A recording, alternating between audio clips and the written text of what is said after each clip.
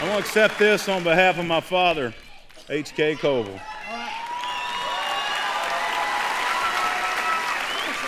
And for all you non-believers, how you like me now, baby?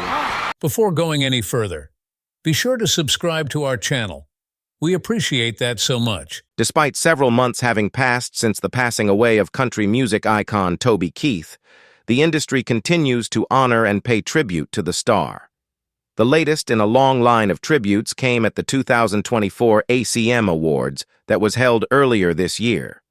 The tribute performance was led by Jason Aldean, who sang a heartwarming rendition of "Should Have Been a Cowboy," which Keith wrote and released on his self-titled debut album from 1993.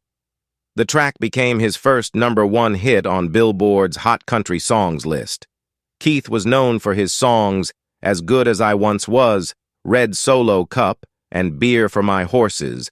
Died in early February at age 62 after a years-long battle with stomach cancer.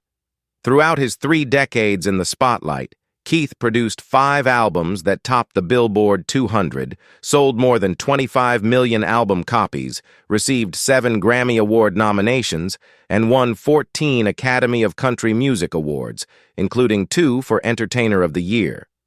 His accomplishments earned Keith a place in the Country Music Hall of Fame as part of the class of 2024. The announcement arrived one day after his February 5th death, with the induction ceremony due to be held this month. Keith was one of the most loved country music performers of his time, specifically for his songs about patriotism and the many times he has performed for American soldiers. In reaction to the events of September 11th, Keith wrote the song "Courtesy of the Red, White, and Blue, the Angry American," which not just struck a chord with military personnel, but also caused a lot of controversy globally.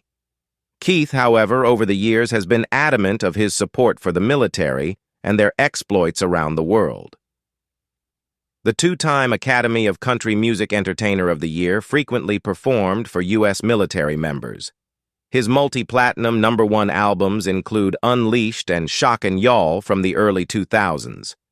Among his most popular songs are "Should Have Been a Cowboy," "Red Solo Cup," and the Grammy-nominated duet "Beer for My Horses" with Willie Nelson. He has also performed for U.S. Army troops in Kabul, Afghanistan, in June 2004, among 18 other shows that he did for U.S. troops stationed in the Persian Gulf. At one instance, Keith even had to pause during one of his performances because of mortar fire, but he returned to the stage after the attack stopped. The artist has also not been shy about his political affiliations over the years. In 2017, Keith signed on to perform at Donald Trump's pre-inauguration concert at the Lincoln Memorial on January 19th. However, he said his appearance was for the country, not in support of a politician or political party.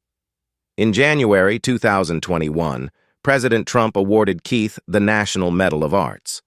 Although reports indicated that Keith's political affiliations changed since then, he is said to have remained for many years on Trump's personal invitee lists for many of his events. 9 months later, Keith released his final original album, Peso in My Pocket, which included the popular singles Happy Birthday America and Old School. That December, he received the BMI Icon Award.